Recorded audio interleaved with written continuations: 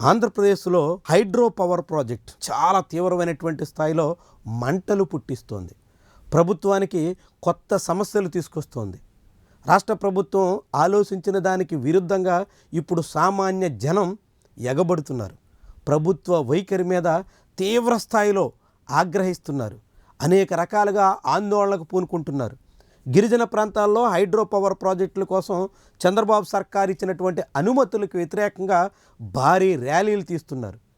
ముఖ్యంగా అల్లూరు జిల్లాలో ఉన్న అరకు, పాడేరు అసెంబ్లీ నియోజకవర్గాల పరిధిలో అదాని, నవయుగ ఇలాంటి కంపెనీల హైడ్రో పవర్ ప్రాజెక్టులకి చంద్రబాబు సర్కారు గ్రీన్ సిగ్నల్ ఇచ్చేసింది. నవయుగ పవర్ ప్లాంట్ పనులకు కూడా శ్రీకారం చుట్టాలి అని సన్నాహాలు చేస్తుంది. దీని మీద ఇప్పుడు గిరిజనులు బగ్గుమంటున్నారు. తీవ్ర స్థాయిలో ఆందోళనకు పూనుకుంటున్నారు. వేలాది మంది జనం కదులుతూ ప్రభుత్వాన్ని ఇరకాటంలో పెట్టే ప్రయత్నానికి పూనుకుంటున్నారు. ప్రభుత్వం ఇచ్చిన అనుమతులకి వ్యతిరేకంగా తీవ్ర స్థాయిలో నిరసనలు వ్యక్తం చేస్తున్నారు. 4 రోజుల క్రితం హుకుంపేట మండల కేంద్రంలో నిర్వహించిన ర్యాలీలో వేల మంది గిరిజనులు గొంతెత్తారు. హైడ్రో పవర్ ప్రాజెక్టుల పేరుతో గిరిజనుల భూమిని, గిరిజనుల నేలని నాశనం చేస్తే సహించబోము అంటూ హెచ్చరించారు. తాజాగా అరకులో జరిగినటువంటి ప్రదర్శన కూడా వేల మంది కదిలి వచ్చినటువంటి తీరు ప్రభుత్వంలో కొత్త సమస్యకి కారణం కాబోతుందా అనే ప్రశ్న ఉదయిస్తోంది. వాస్తవానికి చంద్రబాబు నాయుడు 2014-19 మధ్యకాలంలో కూడా అదే అల్లూరు జిల్లాలో బాక్సైట్ తవ్వకాల పేరుతో కొంత ప్రయత్నం చేశారు. అప్పట్లోనే గిరిజనుల నుంచి తిరుగుబాటు వచ్చింది. దాంతో బాక్సైట్ తవ్వకాల మీద రాష్ట్ర ప్రభుత్వం వెనకడుగు వేయాల్సి వచ్చింది. చివరకు జగన్మోహన్ రెడ్డి అధికారంలోకి వచ్చిన తర్వాత ఆ ప్రాంతంలో బాక్సైట్ తవ్వకాలు విరమిస్తున్నాం అని ప్రకటించాల్సిన పరిస్థితి గిరిజన ప్రాంతంలో వచ్చింది. ఆ బాక్సైట్ వ్యతిరేక ఉద్యమం ఫలితంగానే ఇప్పటికీ చంద్రబాబు నాయుడు అల్లూరు జిల్లాలోని పాడేరు, అరకు సీట్లలో గెలుపు కోసం ముఖం వాచిపోయేలా చూడాల్సి వస్తుంది. ఆఖరికి 2024 అసెంబ్లీ ఎన్నికల్లో రాష్ట్ర వ్యాప్తంగా వేవ్ వీచినప్పటికీ అరకు, పాడేరు సీట్లు మాత్రం తెలుగుదేశం కూటమి నిలబెట్టుకోలేకపోయింది. అక్కడ కనీసంగా బోణీ కొట్టాలన్న ప్రయత్నం కూడా ఫలించలేదు.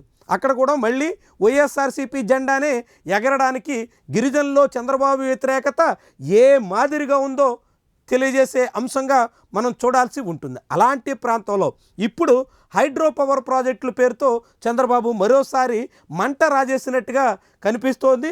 ఉత్తరాంధ్ర గిరిజనులు ఇప్పుడు బగ్గుమనే పరిస్థితికి వచ్చేశారు. ఆ ప్రాంతంలో గిరిజన గ్రామాలకు వెళ్ళి చెప్పులు ఇచ్చాం, మామిడి పళ్ళు ఇచ్చాం, రగ్గులు పంచాం, లేకుంటే బ్లాంకెట్స్ ఇచ్చాం అన్నట్టుగా పవన్ కళ్యాణ్ చేసుకుంటున్నటువంటి ప్రచారం కూడా బెడిసి కొడుతున్నట్టు భావించాల్సి ఉంటుంది. హైడ్రో పవర్ ప్రాజెక్టుకి అనుకూలంగా గిరిజనుల్ని మచ్చిక చేసుకునే దానికోసం పవన్ కళ్యాణ్ చేసినటువంటి ప్రయత్నాలు కూడా పూర్తిగా ఫలించట్లేదు.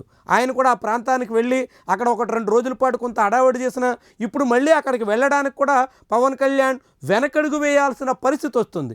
గిరిజనుల ఆగ్రహాన్ని గుర్తించి అక్కడికి వెళితే ఎలాంటి సమస్య ఉత్పన్నమవుతుందో అనేటువంటి ఆందోళనలతో పవన్ కళ్యాణ్ ఉప ముఖ్యమంత్రి సైతం ఇప్పుడు ముఖం చాటేసే పరిస్థితి వచ్చేస్తుంది. ఇట్లా ముఖ్యమంత్రి, ఉప ముఖ్యమంత్రి తీరుకి వ్యతిరేకంగా ఇప్పుడు గిరిజన ప్రాంతాల్లో సాగుతున్నటువంటి ఉద్యమం చాలా తీవ్ర స్థాయిలో సాగేలా కనిపిస్తోంది. గతంలో కూడా అదే అరకు నియోజకవర్గంలో తెలుగుదేశం పార్టీలో చేరినటువంటి ఎమ్మెల్యేని స్థానికులు తరిమి కొట్టినటువంటి చరిత్ర కూడా ఉంది.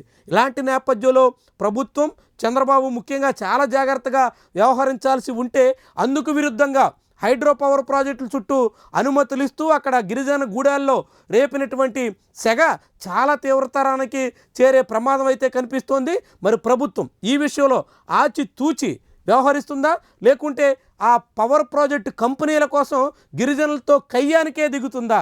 చాలా కీలకమైనటువంటి పరిణామం. అల్లూరు జిల్లా ఏజెన్సీలో మంటలు మరింతగా రాజేసేటువంటి ప్రమాదం కనిపిస్తుందనడానికి సంకేతం.